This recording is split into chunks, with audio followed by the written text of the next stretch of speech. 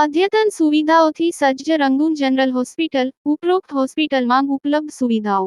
બાળકો માટેનો ખાસ ઓપીડી વિભાગ, કાંગારૂ મધરકેર વિભાગ, સ્પેશિયલ રૂમની સુવિધા, પીઆઈસીયુ, નવજાત શિશુ સઘન સારવાર કેન્દ્ર, એનઆઈસીયુ, નાસ આપવાની સુવિધા, નેબ્યુલાઇઝેશન, ઓક્સિજનના બોટલ તથા કોન્સન્ટ્રેટરની સુવિધા, નોર્મલ તથા સિઝેરિયન પ્રસૂતિ, પીડા રહિત પ્રસૂતિ, ગર્ભાશયનું ઓપરેશન, ટાંકાવાળું તેમજ ટાંકા વગરનું, સોનોગ્રાફી, વંધ્યત્વ નિવારણ દરેક પ્રકારની તબીબી સેવાઓ નિષ્ણાત તબીબો દ્વારા પ્રદાન કરવામાં આવે છે. સરનામું: રહાડપોર ગામ પાસે, તાલુકો, જિલ્લો ભરૂચ. મફતમાં અનાજ લેતા પૈસાદાર લોકો સામે જંબુસર મામલતદારે કાર્યવાહી શરૂ કરતા ગેરકાયદેસર લાભ લેતા લોકોમાં ફફડાટ.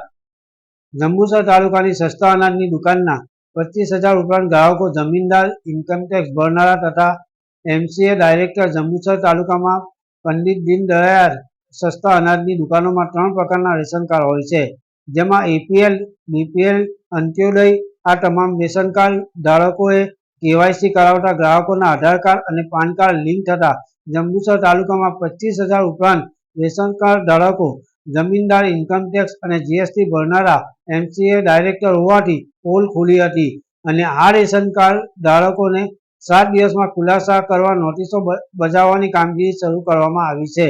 ગુજરાતભરની સસ્તા અનાજની દુકાનના રેશન કાર્ડ ધારકોના કેવાયસી કરાતા કેટલાક રેશન કાર્ડ ધારકોની પોલ ખુલી હતી, જે અંતર્ગત જંબુસર તાલુકાની સસ્તા અનાજની 72 દુકાનોમાં એપીએલ, બીપીએલ, અંત્યોદય રેશન કાર્ડ ધારકો હોય. આ તમામ રેશન કાર્ડ ધારકો માટે કેવાયસી ફરજિયાતનો નિયમ અમલમાં આવતા કેવાયસી બાદ કેન્દ્ર સરકાર તથા ઇન્કમટેક્સ વિભાગ દ્વારા મળેલી યાદી અનુસાર મામલતદાર એનએસ વસાવાની સૂચના અને નાયબ મામલતદાર પુરવઠા દર્શનાબેન પરમારના માર્ગદર્શન હેઠળ 25,000 ઉપરાંત રેશન કાર્ડ ધારકોને નોટિસો આપવાની કામગીરી હાથ ધરવામાં આવી છે.